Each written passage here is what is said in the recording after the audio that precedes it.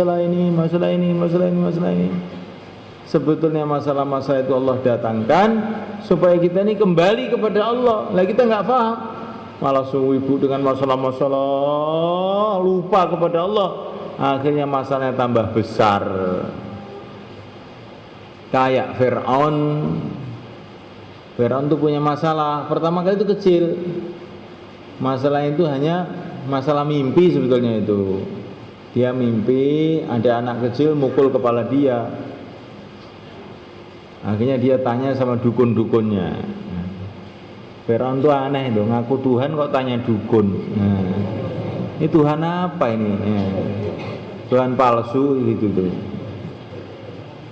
Mbah dukun, saya ini kok ngipi tadi malam itu ada anak kecil dari orang Bani Israel mukul kepala saya.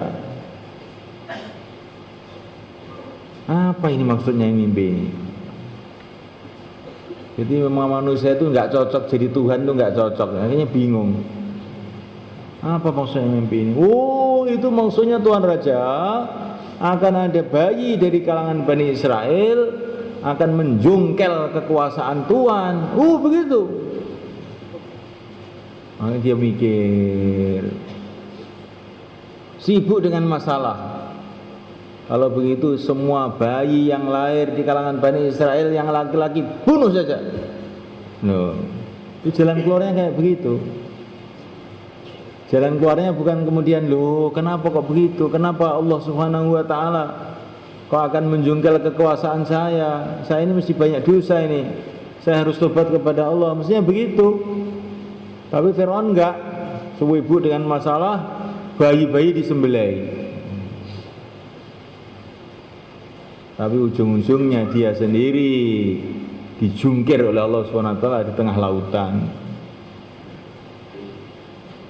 Jadi kalau ada masalah, jangan sibuk dengan masalah. Kalau ada masalah, sibuk taat kepada Allah, sibuk dalam amal yang diperintahkan oleh Allah. Itulah namanya imannya lurus. Yang mendatangkan masalah ini Allah SWT. Ini dunia itu ada penguasanya, Allah. Assalamualaikum warahmatullahi wabarakatuh.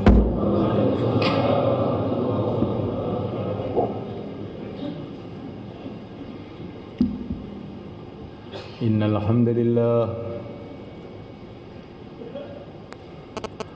hamdalillah nasta'inuhu wa nastaghfiruh wa nu'minu bihi wa natawakkalu alayhi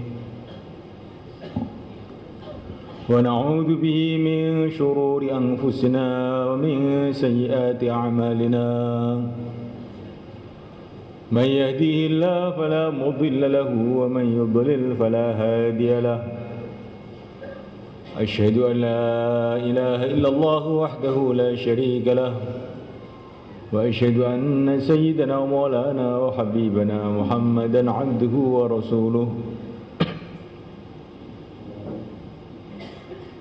اللهم صل وسلم وبارك عليه وعلى آله وأصحابه والتابعين لهم إلى يوم القيامة أما بعد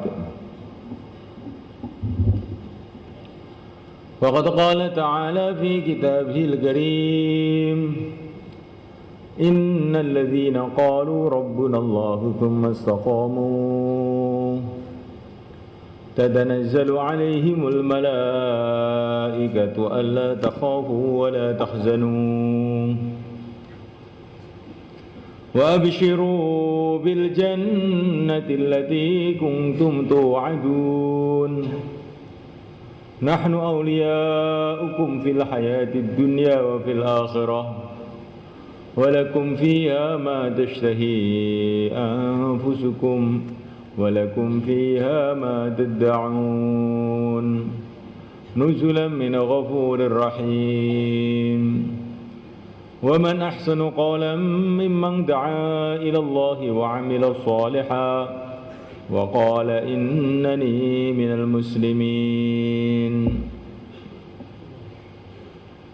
ولا تستوي الحسنة ولا السيئة ادفع بالتي هي أحسن فإذا الذي بينك وبينه عداوة كأنه ولي حميم wa ma yulaqaha illa alladhina sabaru wa ma yulaqaha illa dzu hazzin 'adzim. Hadirin dimulakan, kita sama-sama di sini mau bareng-bareng mensyukuri nikmat agama ini, karena ini adalah merupakan nikmat yang di dalamnya ada segala nikmat.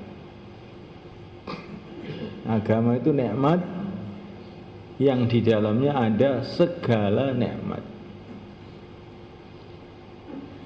Kalau orang oleh Allah SWT sudah diberi nikmat agama ini, maka berarti sudah diberi kebaikan dunia, kebaikan akhirat, kemuliaan dunia, kemuliaan akhirat, keselamatan dunia, keselamatan akhirat yang selama-lamanya.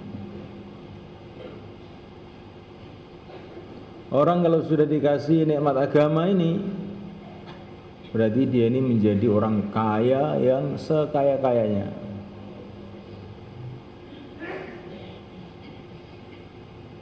Ini setelah kita dikasih Islam, iman ini jangan merasa miskin. Orang iman dan Islam itu kalau mati dalam keadaan iman dan Islam, itu berarti dia ini adalah raja-raja di surga Allah. Orang kaya ini. Kalau kita ini ada iman, ada Islam, merasa miskin, berarti kurang syukur. Saya ini orang miskin, Pak. Kamu bukan orang miskin, kamu tuh orang tidak syukur. Saya ini orang biasa, Pak. Kamu keliru, kamu tuh raja. Orang biasa bagaimana? Kamu ada iman enggak? Ada. Kamu itu raja surga Allah yang selama-lamanya. Jadi orang mengatakan saya ini orang biasa, ini kadang-kadang itu seperti Anda pasor tawadhu, tapi ditipu oleh setan sehingga akhirnya malah enggak syukur.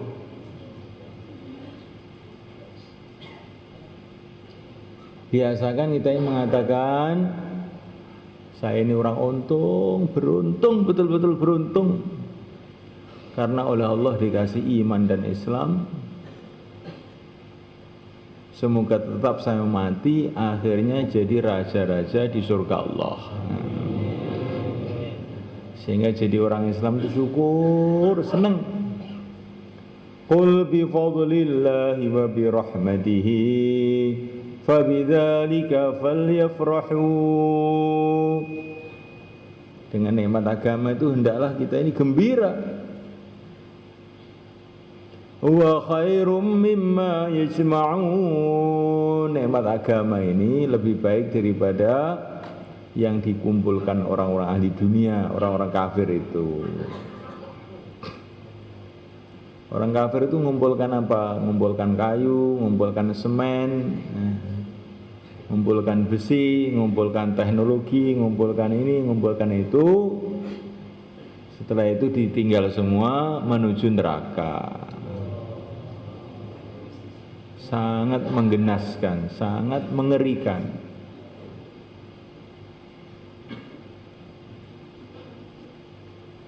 Jadi jangan sampai ada perasaan dalam hati itu kita ini kurang beruntung gitu. Setelah Islam kita ini sangat beruntung gitu. Saya ini nasib saya kurang beruntung, keliru kamu itu. Kamu itu nggak syukur. Orang nggak syukur itu harus dipentung kepalanya. Kalau dipentung, iya, dipentung itu aja masih syukuran harusnya. Karena itu betul-betul tidak menghargai nikmat, orang tidak syukur itu.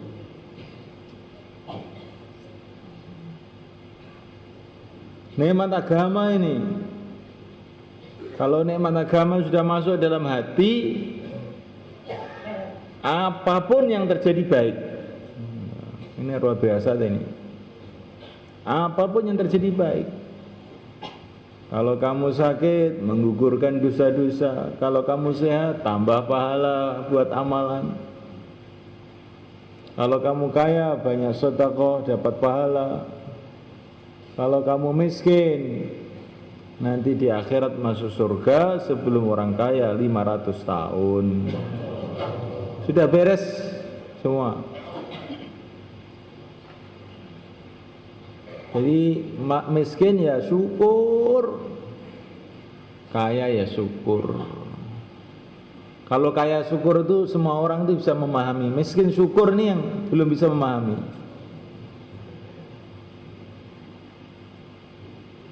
Maka kata Al-Imam Al-Ghazali rahimahullah, dunia ini perjalanan menuju akhirat. Harta-harta dunia ini seperti bekal. Kalau dalam perjalanan itu kamu dikasih bekal secukupnya saja, kamu harus merasa beruntung. Kalau kamu mau pergi ke Surabaya, untuk pergi ke Surabaya itu berapa kilo makanan yang perlu dibawa? Ke Surabaya paling naik mobil 3 jam, bawa nasi bungkus, 1 bungkus sudah cukup. Ini dasar orang rakus, mau ke Surabaya bawa nasi 1 kuintal, bawa ayam 1000 biji. Padahal tujuan kamu tuh hanya untuk sampai ke Surabaya saja. Kan malah repot jadinya itu. Maksudnya Al-Ghazali itu bagaimana? Maksudnya kalau kamu itu dikasih dunia itu sedikit itu, pokoknya bisa sampai ke akhirat ya sudah. Mestinya harus syukur, bukan ngomel. Itu kata Imam Ghazali. Benar apa enggak kira-kira itu? Coba kita renungi coba. Ini banyak jamaah haji mau pergi haji ini. Kalau kita ini naik pesawat terbang, bawa barang-barang banyak, itu urusannya banyak. Baru di Juanda nanti sudah banyak urusan itu. Berapa kilo ini, kamu ada yang barang dilarang atau tidak, itu urus digeledah.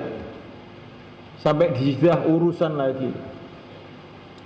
Bahkan kalau terlalu banyak didenda. Kemudian nanti di Jeddah itu, Masya Allah, kalau banyak barangnya, dia harus sewa mobil sendiri karena nggak cukup bisnya itu. Pokoknya repot. Tapi yang bawa barang sedikit, ya sudah. Bawa apa Pak? Nggak bawa apa-apa. Ya, masuk silakan. Turun nggak bawa apa-apa. Sudah nggak perlu bawa apa-apa. Di Jeddah sudah disiapkan makanan, nggak usah bawa apa-apa. Sudah jalan. Nah nanti orang miskin itu di akhirat begitu. Di padang mahsyar orang-orang kaya diurus hartanya, diurus jabatannya, diurus. Orang-orang miskin itu mau diurus, mengatakan kepada para malaikat, apa yang akan kamu urus? Kami ini tidak punya apa-apa dan kami ini bukan pejabat, kok diurus? Apa yang diurus? Maka malaikat itu bingung. Allah berfirman kepada para malaikat, sudah nggak usah diurus tuh orang-orang itu, masukkan surga tanpa hisab. Masya Allah.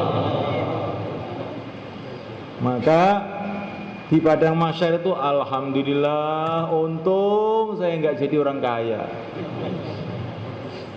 untung saya nggak jadi bupati, nggak jadi gubernur. Kalau saya dulu jadi bupati, waktu pemilihan bupati itu, waduh kayak apa hisabnya ini.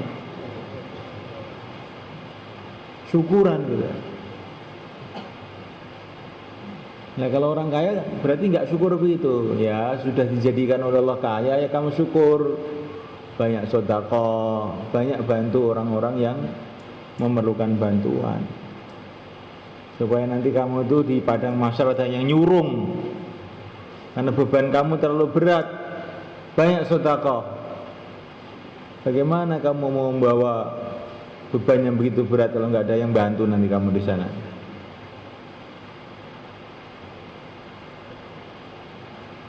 Jadi semaikan Allah SWT, nikmat agama itu nikmat yang di dalamnya ada segala macam nikmat. Kalau agama ini masuk dalam hati kita, masuk dalam kehidupan kita secara sempurna, dijamin oleh Allah di dunia ini apapun masalah yang kita hadapi akhirnya kemudahan.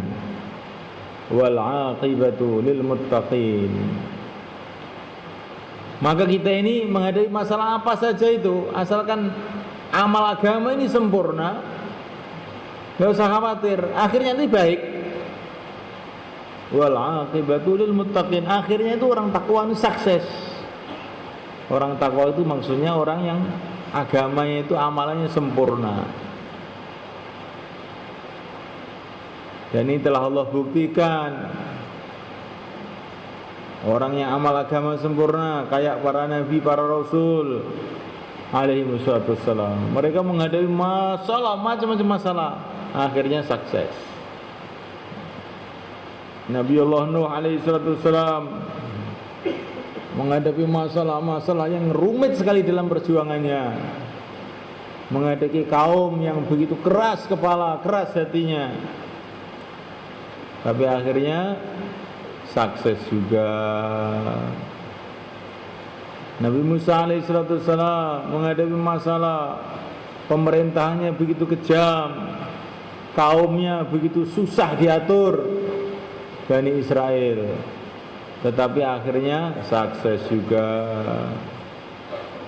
Nabi Yunus alaihissalam dilemparkan ke lautan, ditelan ikan malam-malam, tapi ini orang yang agamanya sempurna, dia jalan keluar juga, akhirnya sukses juga.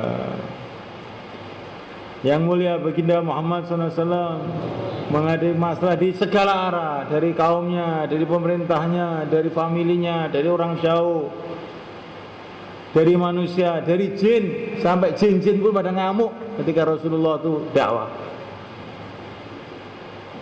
Tapi akhirnya sukses juga. Ini para nabi. Sekarang para sahabat, ini bukan nabi, bukan rasul, tapi ketika mereka pegang agama secara sempurna, walaupun seluruh dunia itu ingin menggilas mereka, tapi tetap saja mereka jadi sukses. Romawi, negara besar, mau menggilas mereka, justru yang menggilas itu hancur. Persia mau menggilas mereka, justru Persia yang hancur. Ini para sahabat radhiyallahu ta'ala ajmain. Begitu juga orang-orang yang amal agama setelah para sahabat. Kita punya sejarah 1400 tahun, penuh cerita bagaimana orang yang amal agama dengan sungguh-sungguh akhirnya sukses, akhirnya mulia di dunia ini sebelum akhirat. Ini hasilnya agama. Ya, agama bukan main-main. Asalkan agama sempurna loh. Ini mobil Mercedes baru,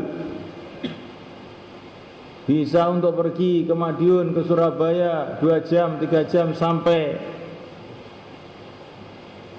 Tapi syaratnya harus komplit. Walaupun mobil Mercedes baru, bannya nggak ada, nggak bisa ditumpangi, malah menjadi masalah.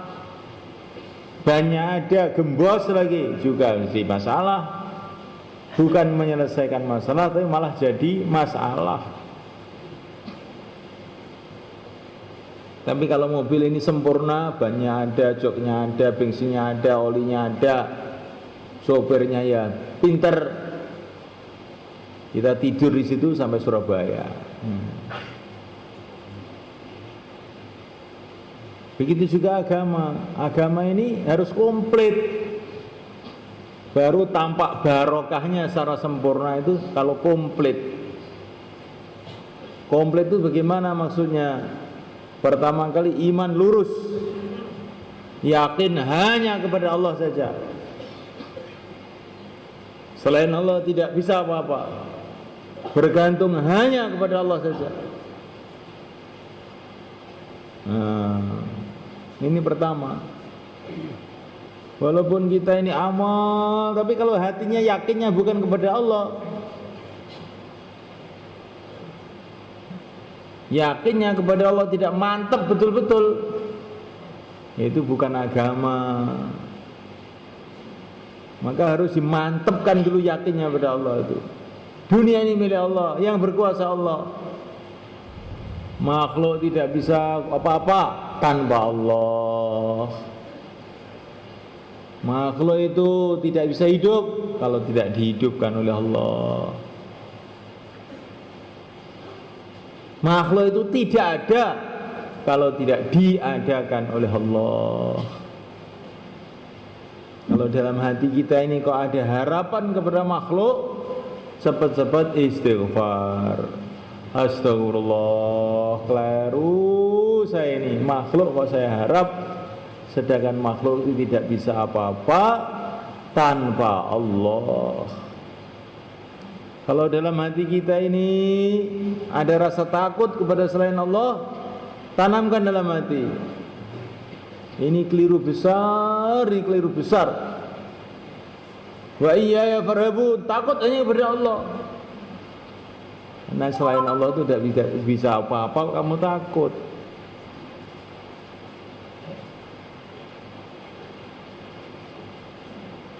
Jangan takut kepada manusia, takutlah kepada yang menciptakan manusia ini. Janganlah takut kepada raja-raja, takutlah kepada yang menciptakan raja-raja ini. Maka dalam satu nasihat dikatakan, kalau ada raja-raja, penguasa-penguasa yang zalim, janganlah kamu sibuk membenci mereka. Hati penguasa-penguasa yang zalim itu di tangan Allah. Ya Allah yang menggerakkan. Sibuklah kamu dalam taat kepada Allah, nanti Allah akan merubah hati mereka sehingga sayang kepada kamu, atau Allah akan hancurkan mereka kayak Fir'aun laknatullah alaih. Jadi menghadapi masalah itu jangan pakai utak saja. Menghadapi masalah itu dengan sibuk taat pada Allah. Jangan kita ini sibuk dengan masalah saja. Saya ini masalah ini, masalah ini, masalah ini, masalah ini. Sebetulnya masalah-masalah itu Allah datangkan supaya kita ini kembali kepada Allah. Lah kita nggak paham, malah sibuk dengan masalah-masalah, lupa kepada Allah. Akhirnya masalahnya tambah besar. Kayak Fir'aun. Fir'aun itu punya masalah. Pertama kali itu kecil. Masalah itu hanya masalah mimpi sebetulnya itu.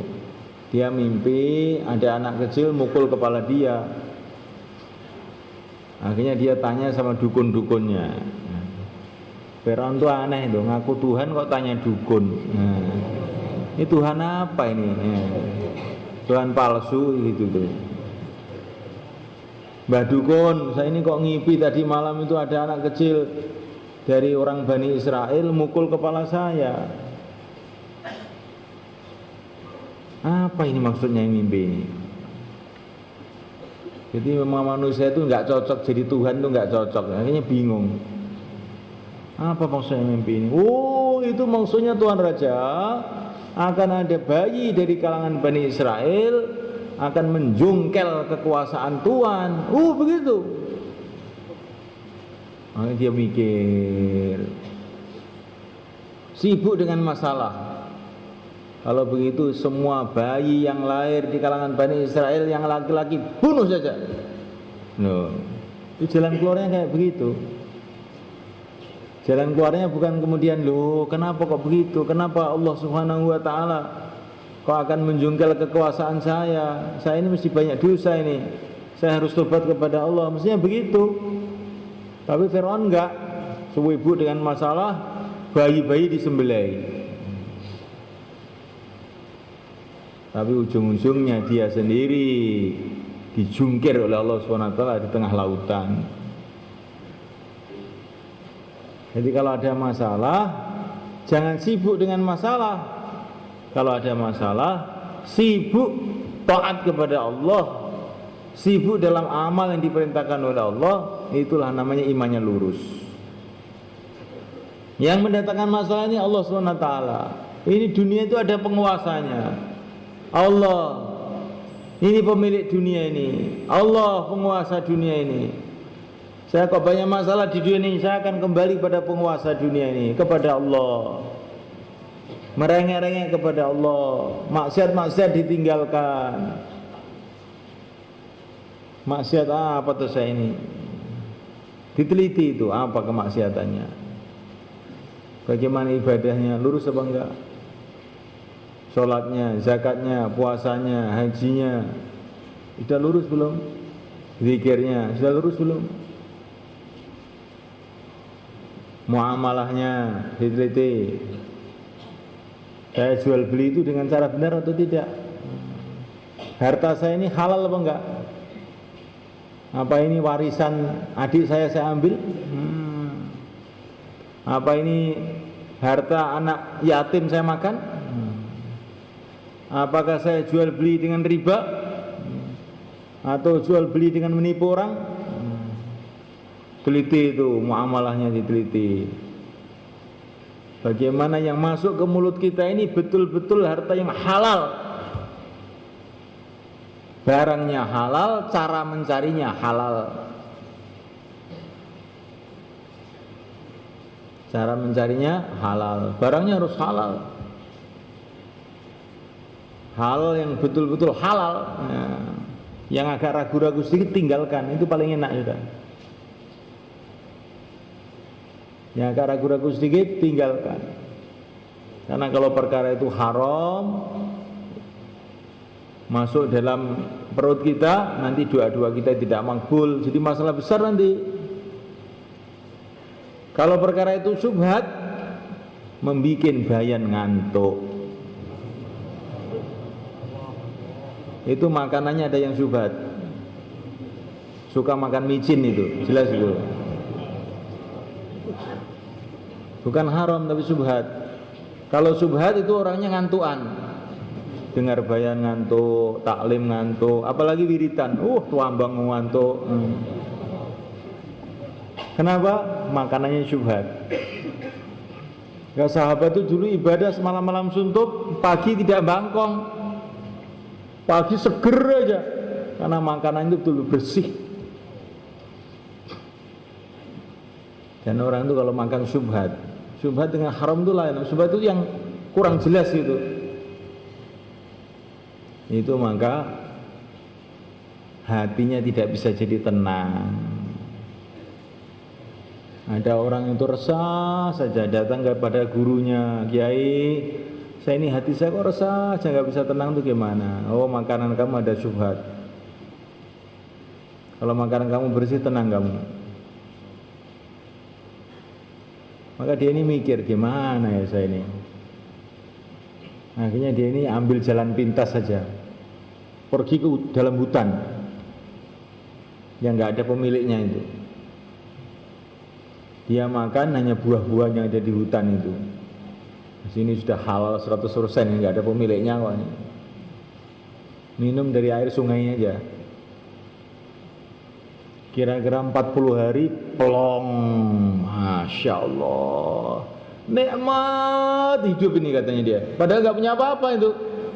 Saya kok tenang sekarang ini, Masya Allah. Kalau ahli surga itu kayak begini enak ya. Jadi perasaannya itu, kalau ahli surga itu hatinya kayak saya seperti ini ya enak nih. Jadi orang tenang itu bukan karena punya rumah yang mewah, bukan karena punya duit yang banyak, bukan. Tapi karena makanannya itu diantaranya betul-betul bersih. Anjir tenang plong. Oh, sekarang kita tidak begitu. Kalau sumpet setel televisi, ditambahi haramnya. Dengarkan musik, tambahi haramnya lagi, tambah stres. Akhirnya jingkrak-jingkrak itu. Apa? Orang jingkrak-jingkrak itu kan orang stres itu.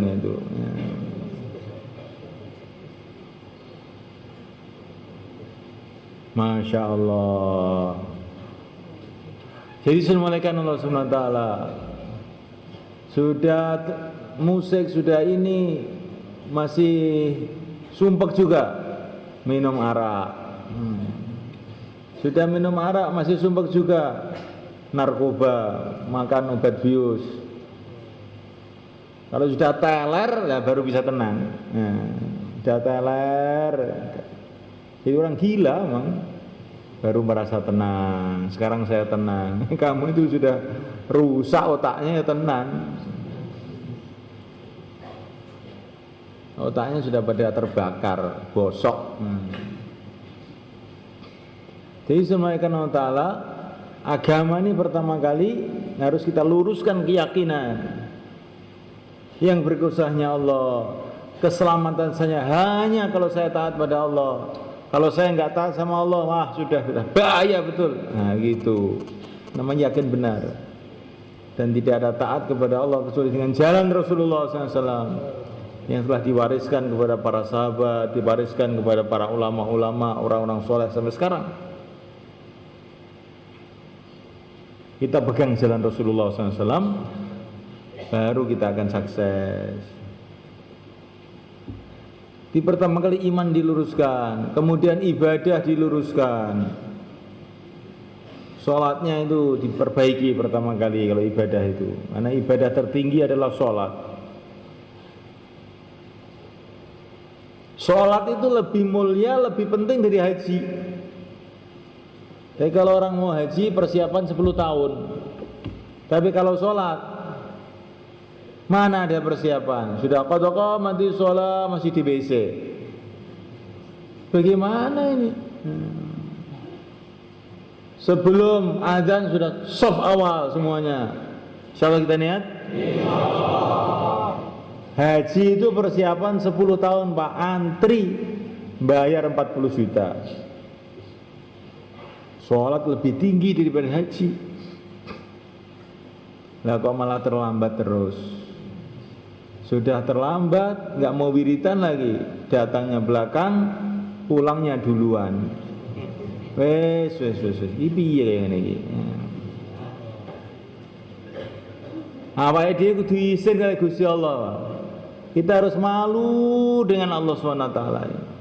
Dipanggil oleh Allah kok terlambat nih, bagaimana saya ini? Pantes saya ini biandem batu dari langit sana. Tapi karena rahmat Allah saja kok nggak benjul kepala saya ini. Sekarang kita tanya, dosa saya ini apa toh? Loh. Jadi tiap hari berbuat salah kita ini nggak merasa. Kamu itu hamba Allah, diciptakan oleh Allah, makan dari rezeki Allah, minum dari rezeki Allah, menghirup udara dari Allah, dipanggil oleh Allah, terlambat. Apa nggak perlu dipendung ini? Perlu nggak dipendung ini? Tapi jangan suruh mendung saya. Nanti kalau yang mendung saya kamu marah, ganti saya yang dipendung. Pendung sendiri-sendiri. Ini kepala-kepala durhaka ini. Harus saya pentung ini. Itu namanya mu'aqobah kata Imam Ghazali. Orang itu kalau punya salah itu cepat hukum dirinya sendiri. Kalau enggak kamu hukum, nanti terus saya berbuat salah. Itu saya itu punya kiai dulu di Surabaya sana. Pagi hari itu loh, habis sholat subuh, ranjangnya itu dikeluarkan dari kamar, dibakar ranjang. Sehingga santri-santrinya itu heran, Pak Kiai ini kok ranjang masih bagus dibakarnya gimana nih? Ini ranjang kurang ajar katanya. Loh kurang ajar bagaimana? Ini gara-gara ranjang ini tadi malam saya tidak tahajud ini. Itu kiai zaman dulu tuh kayak begitu. Nah, setelah ranjangnya dibakar ini dia tidak pernah absen tahajud. Jadi apa saja yang menghalang-halangi kita dari taat kepada Allah, dari mengamalkan agama, anggap itu suatu perkara yang buruk. Nanti kalau habis taklim akhir Pak, kok ada yang memegang kunci mau pulang, reng gitu. Ingat perkara ini. Innalillahi wa inna ilaihi raji'un. Ini sepeda motor ini musibah ini, langsung gembos ya. Langsung digembos. Lari ke masjid, sholat tobat. Siapa enggak? Kalau kamu enggak begitu, nanti kamu begitu terus.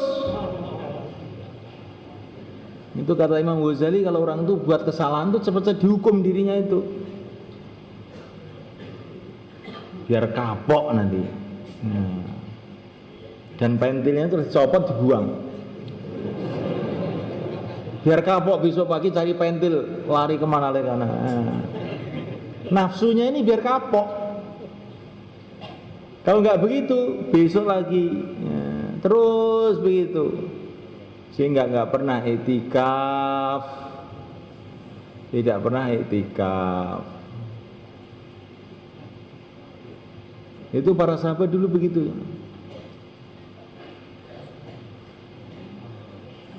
Sayyidina Abdullah bin Umar radhiyallahu ta'ala anhu ini hijrah ke Madinah. Beliau punya rumah di Mekah itu, tapi ditinggalkan karena agama. Hijrah ke Madinah. Setelah musim haji, beliau pergi ke Mekah untuk haji. Lewat di dekat rumahnya itu, tapi nggak mau mampir. Malah matanya itu merem, dipejamkan matanya itu. Merem, ada apa kamu kok merem? Ini rumah saya ini dulu, sudah saya tinggalkan karena Allah. Saya nggak mau ngelihat, nggak mau. Kalau saya ini melihat ini seolah-olah saya ini kurang ikhlas ini pengorbanan saya, nggak mau saya lihat. Maka keluar 3 hari jangan daftari, Pak. Ini rumah sudah saya tinggalkan karena Allah. Saya tidak akan lihat selama 3 hari, nggak akan saya lihat. Selama 40 hari tidak akan saya telepon rumah. Ini berarti saya ini kurang ikhlas ini saya. Korban saya untuk Allah kurang ikhlas ini. Telepon itu. Nanti khawatir korban saya nggak diterima oleh Allah, wah bahaya ini. Insyaallah mulai kan?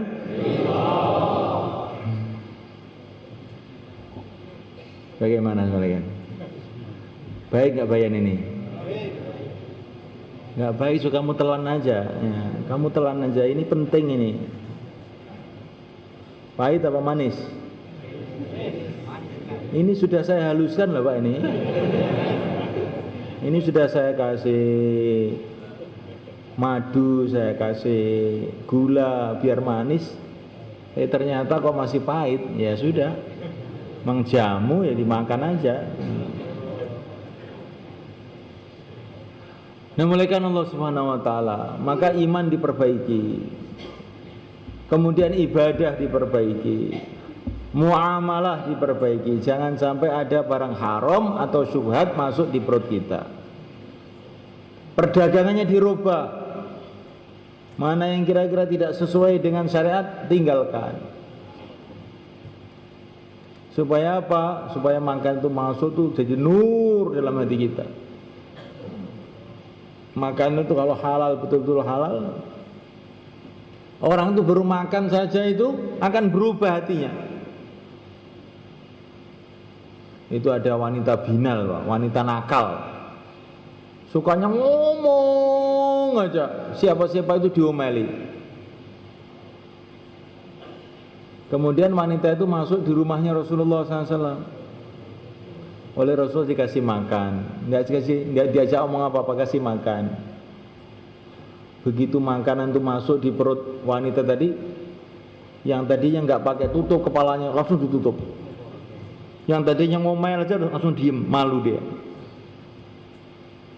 Jadi setannya itu lari itu ketika makanan yang betul-betul halal ini. Nah, makanannya Rasulullah itu bukan hanya halal tuh, Masya Allah. Di dalamnya ada zikirnya, di dalamnya ada amalannya. Maka masuk di perut wanita tadi langsung berubah. Maka kalau istri kita ini mungkin agak bandel, itu jangan kita salahkan dulu. Barangkali kita kasih makan yang subhat-subhat itu barangkali ini. akhirnya bandel. Setelah bandel kita marah, ini perempuan pikir dunia aja nggak ngerti agama, kita ngomel-ngomel. Padahal itu yang biang keladinya kita sendiri, karena makanannya kurang bersih. Maka muamalahnya kita perbaiki, muasyarah kita perbaiki. Muasyarah itu adab sopan santun. Bagaimana sopan santun dengan orang tua, dengan istri, dengan anak, dengan teman, dengan tetangga. Jangan sampai kita ini berbuat sesuatu yang menyakitkan hati umat Islam. Kok menyakitkan hati? Kita ini buruk sangka kepada orang Islam itu aja dilarang. Buruk sangka, seorang ini kelihatannya kok jelek ini orang ini kelihatannya. Padahal dalam hati tok itu sudah kita nggak boleh itu. Apalagi ngomong, apalagi gunjing. Maka muasyarah kita perbaiki. Sesama-sama orang-orang dakwah, perbaiki. Itu dia itu ya korbannya banyak sebetulnya, tapi akhlaknya nggak baik. Loh, ini kan gunjing nih namanya.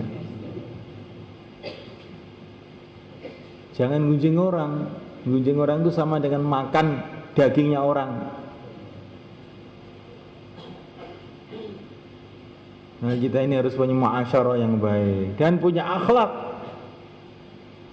Apa bedanya muasyarah dengan akhlak itu? Kalau muasyarah itu sopan santun zahir, akhlak itu hati.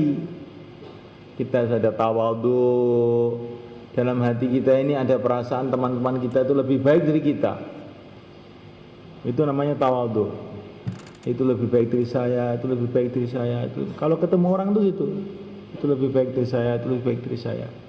Jangan ada saya lebih baik dari dia, namanya sombong.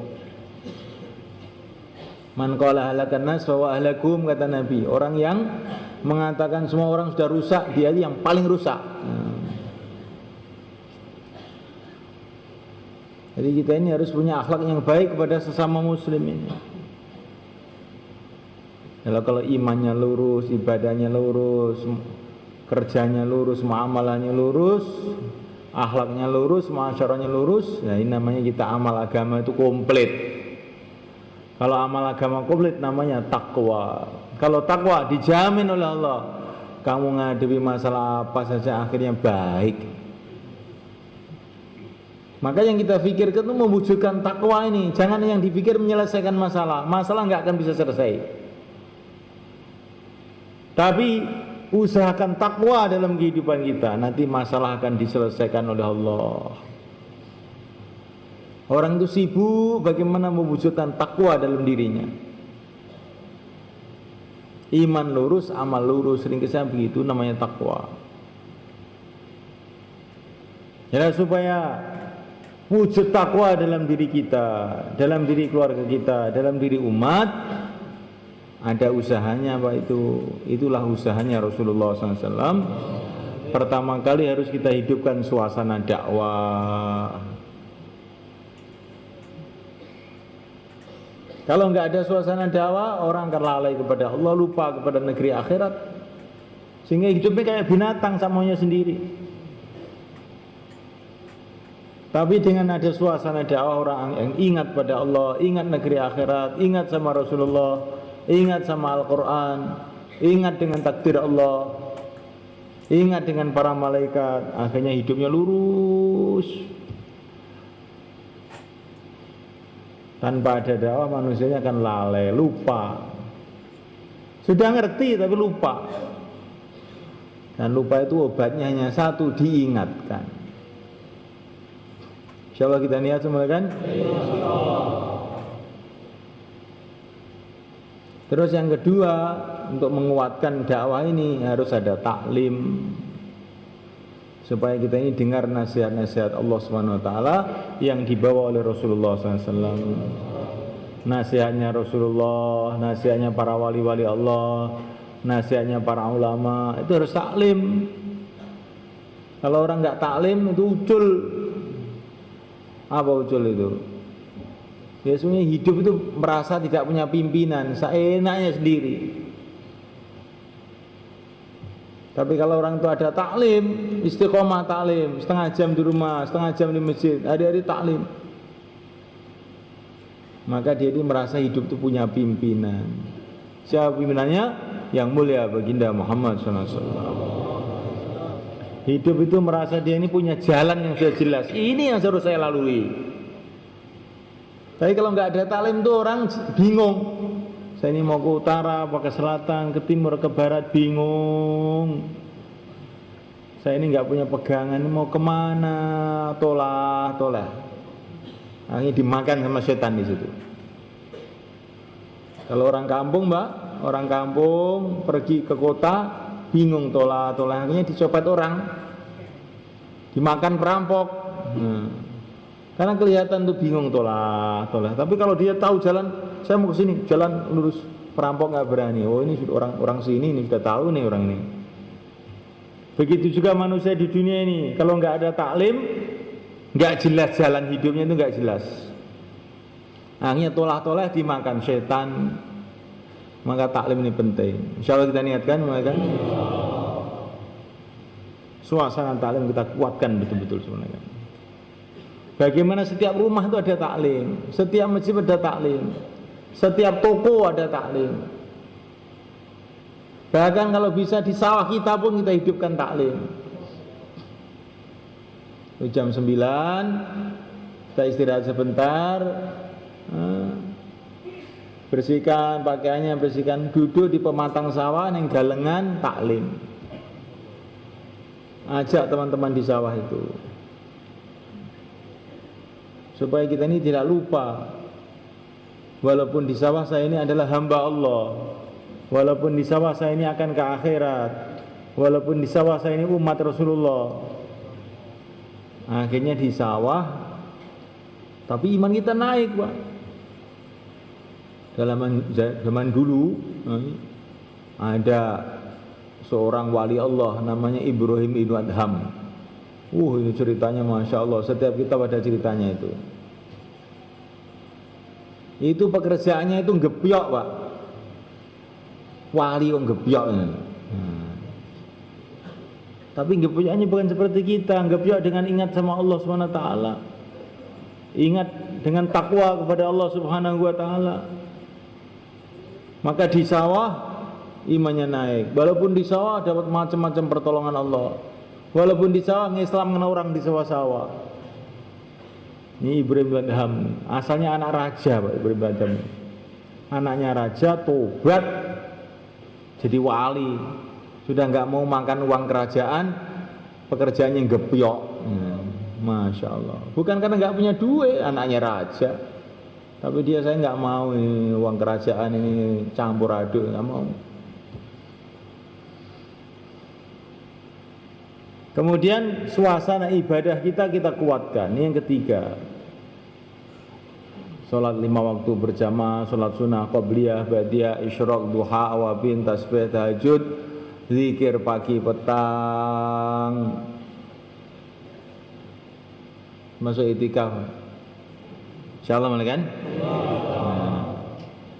Ini itikaf ini untuk memperbaiki ibadah kita nih, supaya kita ada sungguh-sungguh dalam ibadah. Itu diantara caranya kita itikaf.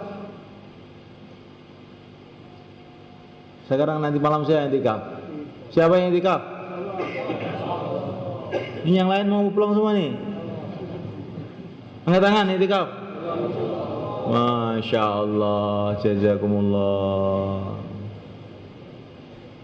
Dan nanti kalau nyetat terus dia motor gimana? Gembos sendiri ya. Jangan suruh gembos saya nggak bisa. Digembos sendiri, terus pentilnya dibuang. Biar besok pagi bingung ben kapok.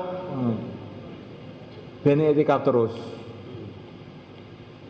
Yang kita kapokkan itu pertama kali bukan anaknya, biar anak saya itu kapok, biar istri saya kapok. Kamu sendiri tuh kamu kapokkan.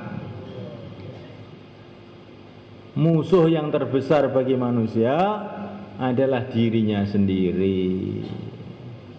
Musuh terbesar bagi manusia, kata para ulama, adalah dirinya sendiri.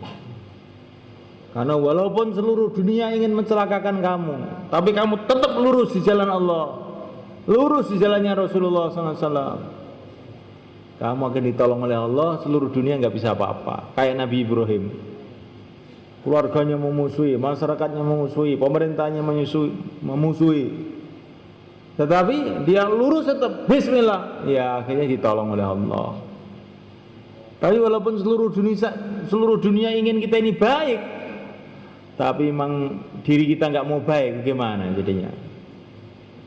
Maka musuh terbesar itu adalah diri sendiri. Yang membuat kita ke neraka itu ya bukan pemerintah, bukan rakyat, bukan tetangga, ya diri kita sendiri itu, karena nggak mau taat sama Allah. Bener nggak Pak ini, Mas? Siapa musuh kita? Diri sendiri. Maka pentilnya digembos insya Allah ya, gembos saja, terus dibuang. Jangan gembos toh, nanti kalau gembos toh nanti jam 12 dihidupkan lagi, nanti setannya datang lagi. Gembos di gua ngkalen. Besok pagi ke sebelah timur dituntun sama istighfar, dan alhamdulillah saya berhasil mengalahkan diri saya malam ini. Saya sudah berhasil mengalahkan diri saya ini. Saya sementara ini kalah terus. Sekarang malam ini saya menang ini saya ini. Bagaimana kalau gitu sama? Jadi antara cara menguatkan ibadah ya i'tikaf. Ini kalau i'tikaf insya Allah tahajudnya kopen, tahajudnya bisa jalan, witirnya jalan, baca Qur'annya jalan. Tapi kalau nggak i'tikaf ini kita ini susah. Bolong-bolong terus tuh, tahajud bolong, amalan bolong, zikir bolong. Tapi kalau kita i'tikaf insya Allah mudah untuk memperbaiki ibadah kita. Kemudian kita buat suasana khidmat yang keempat ini. Bagaimana kita saling bantu-membantu satu sama lain. Maka para masyayikh kita musyawarah di Nidhamuddin memberikan nasihat, kalau berangkat ke markas malam Jumat bareng-bareng satu mahalah, bawa tikar masing-masing, bawa makanan masing-masing. Terus nanti di markas ya i'tikafnya gerombol per mahalah. I'tikafnya itu per mahalah. Ini tiang Al-Huda, ini tiang Syafi'iyah, ini tiang Baitus Sholihin, gerombol masing-masing, bawa tikar masing-masing. Kalau istirahat ya di situ tempatnya, makan bareng-bareng di situ, tahajud bareng-bareng, sehingga nanti pulang selesai dari markas ini kerjasama bareng-bareng menghidupkan agama di masjidnya. Insya Allah kita niat mulai. Maka setiap halaqah mulai malam ini arahan dari orang-orang itu kita, berapa mahala yang sudah datang istimai, begitu. Bukan berangkat ke markas itu sendiri-sendiri. Berapa mahala, berapa masjid yang sudah datang ke markas bareng-bareng. Syafi'iyah 10 masjid, 10 orang. Al-Huda 20 orang. Kamu tengeri, kamu tandai tiangnya mana.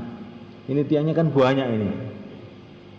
Kita mau bikin masjid kita ini seperti Masjid Nabawi. Masjid Nabawi itu ada tiangnya Abu Lubabah. Ini ada tiangnya ini. Ini ada tiangnya Sayyidah Aisyah. Karena Sayyidah Aisyah kalau tahajud mesti di situ. Akhirnya dikasih ini tiangnya Sayyidah Aisyah. Abu Lubabah itu taubat istighfar di situ, tulis tiang Abu Lubabah. Ini tiang Ngawi. Ini tiang Getas, gitu. Ini tiang Margomulyo Pak Fajar. Ini tiang Pacitan. Mulai malam ini bagaimana mulai kan? I'tikaf bareng-bareng, makan bareng-bareng, tahajud bareng-bareng, nangis bareng-bareng di situ. Insya Allah kerja kita jadi naik nanti terus, sehingga pulang kita bisa kerjasama. Kalau datang ke markas sendiri-sendiri, pulang sendiri-sendiri, akhirnya macam terminal markas itu. Terminal mangkat dhewe mulai dhewe ora ngerti ora kenal. Ini masjid itu terminal ini.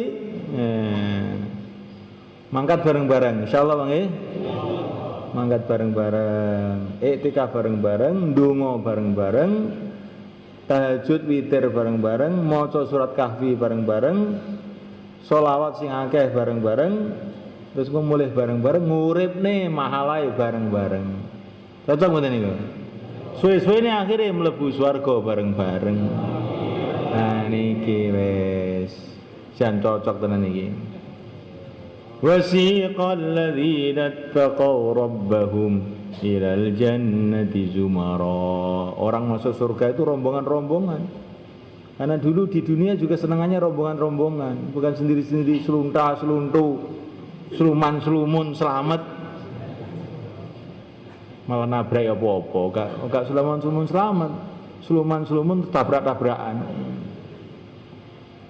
Insyaallah Bang Masya Allah. Niki awake dhewe niki agama niku perlune kita ki amba. Ini hajat kita masing-masing. Maka kita kerjasama supaya kita bisa tegakkan agama ini dengan benar-benar. Dimulai dari menegakkan amal masjid ini. Karena jantungnya agama itu di masjid. Nanti kalau amal masjid ini tegak, insya Allah amalan-amalan yang lain mudah tegak. Maka semulaikan, Masya Allah, ini kita insya Allah mau mengeluarkan jamaah sebanyak-banyaknya malam ini. Karena kita ini punya kewajiban, bukan hanya kewajiban menghidupkan agama dalam diri kita, tapi juga punya kewajiban menghidupkan agama seluruh umat. Seluruh umat. Jadi kalau ada orang tidak tahu agama di pojok dunia sana, kita ini juga bersalah kalau kita tidak buat usaha apa-apa. Kewajiban kita bukan hanya sholat, tapi bagaimana seluruh manusia itu sholat. Usaha kita. Adapun mau atau tidak mau itu yang lain. Tapi kita harus berusaha bagaimana seluruh manusia sholat, seluruh manusia beriman kepada Allah, seluruh manusia mengamalkan sunnah Rasulullah SAW. Kita harus usaha itu karena kita ini dapat tanggung jawab meneruskan usahanya Rasulullah SAW. Dan kita gembira. Rasulullah itu punya kerja yang besar. Terus kerja ini Allah berikan kepada kita. Kita ini harus gembira. Jangan kita ini cemberut. Gembira menerima kerjanya Rasulullah SAW, kerjanya para sahabat. Maka sebagai rasa gembira kita ini, kita mau sungguh-sungguh dalam kerja ini dimulai dari 4 bulan. Insyaallah mulai kan? Yang mau keluar 4 bulan silakan beri ke selatan. Monggo. Bismillah. Monggo. Syekh Subagir.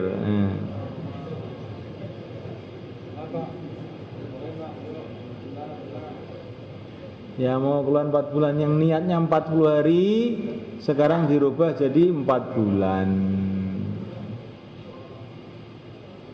Ini kalau orang itu latihan 4 bulan dengan istiqomah betul, insya Allah dia akan bisa istiqomah seumur hidupnya. Maka 4 bulan ini penting mulaikan. Yang belum 4 bulan, sekarang inilah waktunya 4 bulan. Monggo, ngidul Pak, ngidul, monggo. Masya Allah. Alhamdulillah. Masya Allah, monggo. Yang niatnya 40 hari sekarang ditingkatkan 4 bulan. Mumpung Allah masih kasih hidupan kita semalekan. Akan datang satu masa kita mati, nggak bisa buat amal-amal apa-apa lagi. Nggak bisa tobat lagi, nggak bisa dakwah lagi, nggak bisa keluar lagi. Mumpung masih hidup, monggo Pak. Silakan. Yang mau 4 bulan, yang 40 hari dinaikkan jadi 4 bulan, silakan.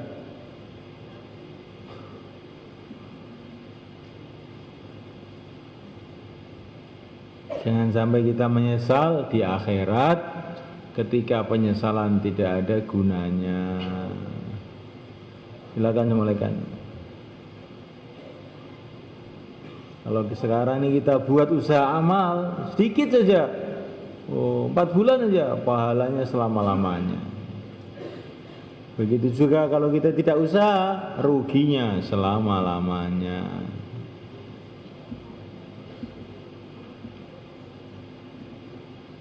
Kemudian yang 40 hari dimulaikan. Yang 40 hari ya, kalau yang 40 hari semua ini insyaallah. Bismillah. Yang 40 hari silakan. Selatan semuanya, Masya Allah. Monggo, sedaya Pak. Sing saya sekantuk sedinten. Cuma nang sedaya ngidul sedaya. Mboten usah khawatir napa-napa. Sampai khamatiri akhirat kita sedaya Pak. Akhirat ku piye terus nek khawatir ya. Aja donya ku piye, donya mbok tinggalne dilungkas mesti. Jangan kita terlalu khawatir urusan dunia sampai kita lupa akhirat. Dunia ini kamu pikirkan, enggak kamu pikirkan, kamu khawatirkan, enggak kamu khawatirkan, ya akhirnya kita tinggal. Yang mau 40 hari silakan berdiri ke selatan semuanya. Masya Allah. Masya Allah, sepuh-sepuh mikir agami, Masya Allah. Monggo.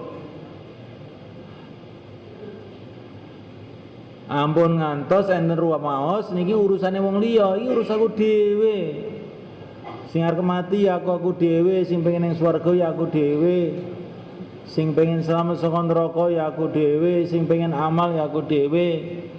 Sing pengen cedhek karo Allah ya aku dhewe, mangko ya mangkat dhewe. Bismillah. Nah, ngoten. Aja rumasane butuhe wong, nek rumasane butuhe wong kuwi toleh. Lah kancaku ora mangkat kok. Lho. Wong butuhe dhewe kok kancaku ora mangkat. Wis pundi niki?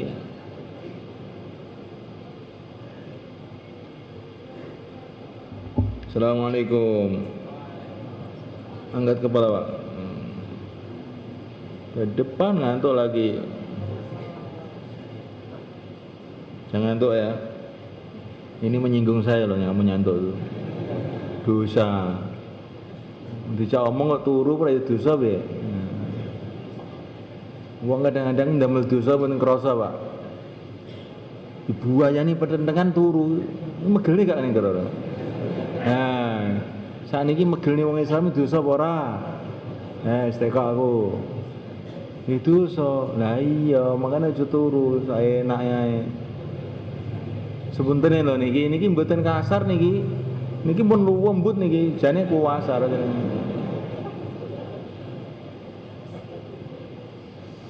Nah niki terus terang mawon wong kanca dhewe ta nggih. Pokoke nek pun teng terangkil kula anggap kanca dhewe, dulur dhewe, bapake siji, ibuke siji. Bapake Kanjeng Nabi, ibuke Siti Aisyah. Tak anggap kanca dhewe, makane nek sampean ngrungokne bayan kok mani rada pedes-pedes ki sampean sabar mawon. Kanca dhewe ora apa-apa. Insyaallah Bang nggih. Nggih. Tenan lho nggih. Tandane sampean mboten ngamuk, tandane dalu niki itikaf kabeh. Nek bengi ora itikaf berarti nesu kowe. Purik wis jenenge. Monggo sing sekantos dinten monggo. Sampai situ monggo, cuman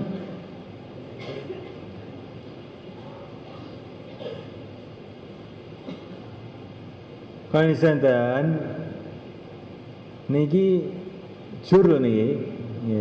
Niki nggih pertemuan malam Jumat. Tapi nggih ajeng ngedalne jamaah sak kata-katae khususe jamaah santri.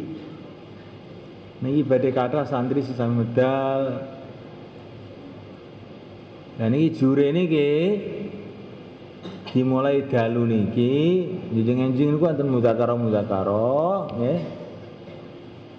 Jure ngantos Setu esuk ini pemberangkatan jamaah. Makanya sing mboten enten udzur jenengan itikaf dugi mriki ngantos Setu esuk. Insyaallah kita niat nggih. Setu esuk pemberangkatan jamaah. Sing berangkat nih berangkat, sing mboten berangkat tumut berangkat nih.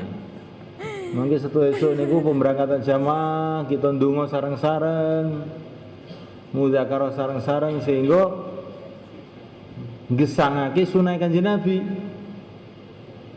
Itu dulu para sahabat yang tidak berangkat nganter teman-temannya keluar kota untuk berangkat.